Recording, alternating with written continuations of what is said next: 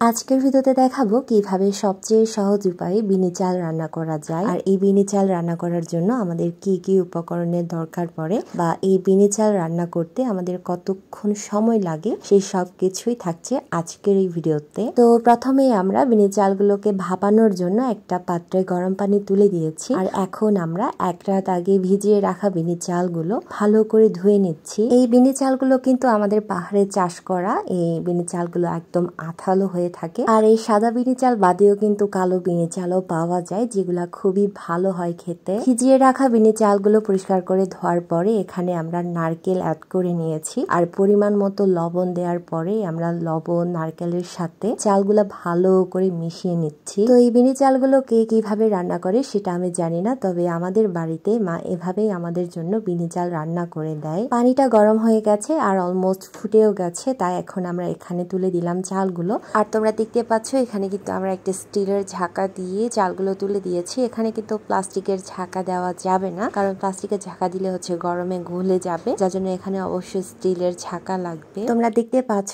এখানে আমরা ঝাঁকার উপরে একটা ঢাকনাও দিয়ে দিয়েছি। আর ঝাঁকার পাশের যে ছিদ্রগুলো আছে সেগুলো হচ্ছে আমরা একটা ভেজা গামছা দিয়ে ঢেকে দিয়েছি। তো এভাবে দেওয়ার রিজনটা হচ্ছে যেহেতু আমরা ভাপানোর জন্য একদম খোলামেলা একটা ঝাঁকা ইউজ করেছি, তাই ঝাঁকনার পাশে যে ছিদ্রগুলো রয়েছে সেই দিক দিয়ে যেন কোনো বাষ্প বের হতে না পারে, তার জন্য এভাবে গামছাটা দেওয়া। তারপর এভাবে রান্না না করে আমরা নর্মালি যে ভাতগুলো রান্না করে থাকি সেভাবেও রান্না করা যায়, কিন্তু সেভাবে এই বিনি চালগুলো রান্না করলে কিন্তু বিনি চালগুলো ভালোভাবে ফুটে না বা নরম হয়ে যায় বা চাল চাল থাকে, এরকম একটা ব্যাপার। কিন্তু এভাবে ভাপিয়ে রান্না করলে বিনি চালগুলো একদম পারফেক্ট ভাবে কুক হয়ে যায় আর তখন খেতেও ভালো লাগে। তো বিনি ভাতগুলো রান্না করার জন্য আমরা এখানে দিয়েছি নারকেল আর পরিমাণ মতো লবণ। এই দুইটা জিনিস বাদে আমরা আর কিছু দিই নাই, তবে অনেকেই কিন্তু এই বিনি ভাত রান্না করার জন্য কিশমিশ বাদাম এই সব কিছু দিয়ে থাকে, বাট আমাদের জুমিয়ানরা শুধুমাত্র নারকেল আর লবণ দিয়ে সাদামাটা ভাবে বিনি ভাতগুলো রান্না করে থাকে। আবার অনেকেই কিন্তু